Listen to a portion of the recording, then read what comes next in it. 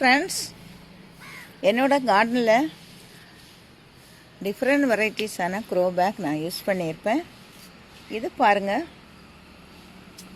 Water tank Sintex. எங்கள் வீட்டில் இருந்த வாட்டர் டேங்க் டேமேஜ் ஆயிடுச்சு. அது பாருங்கள், பெரிய டேங்க். இது அடிப்பகுதி இரண்டாக கட் பண்ணி வச்சுருக்கேன்.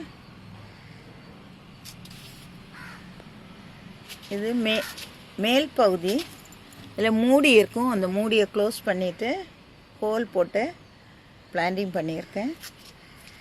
நீங்களும் இதே மாதிரி ஏதாவது பிளாஸ்டிக் கண்டெய்னர் இருந்தால் யூஸ் பண்ணி, இப்போ கீரை விதைத்தா சூப்பராக வெயிலுக்கு வரும்.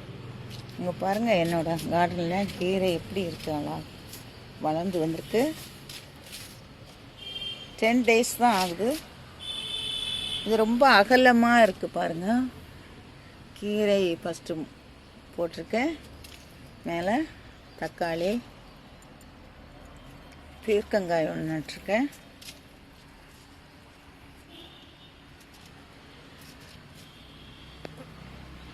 இதில் பாருங்கள், இதில் கத்திரி செடிகள், காராமணி, தக்காளி, கத்திரி விதைகள் போட்டு செடிகள் நிறைய முளைச்சி வந்திருக்கு. ஒரு 5 daysக்கு முன்னாடி சூப்பராக இந்த லீவ்ஸ் எல்லாம் அழகாக இருந்தது. இப்போ கொஞ்சம் பூச்சி தாக்குதல் இருக்குதுன்னு நினைக்கிறேன். பாருங்கள், எவ்வளோ இது அகலமாக இருப்பதனால வேர்கள் நல்ல மூவ் ஆகி சூப்பராக வளர்ந்து வரும்.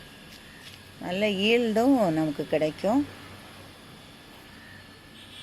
பார்க்கலாம், 10 daysக்கு அப்புறம் எவ்வளோ காய் நமக்கு கிடைக்குதுன்னு பார்க்கலாம். பிகினர்ஸ்க்கு இது ரொம்ப யூஸ்ஃபுல்லாக இருக்கும்.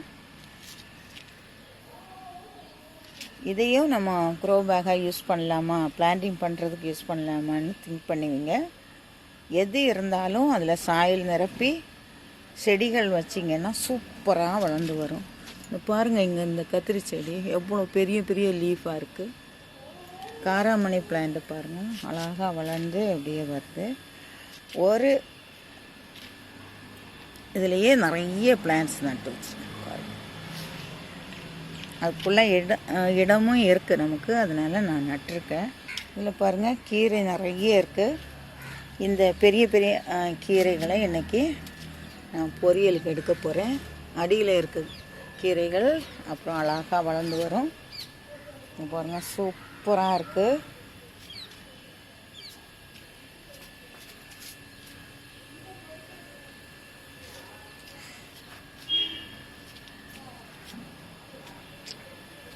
இந்த வீடியோ பற்றிய கமெண்ட்ஸ் சொல்லுங்கள். தேங்க்யூ. God bless you.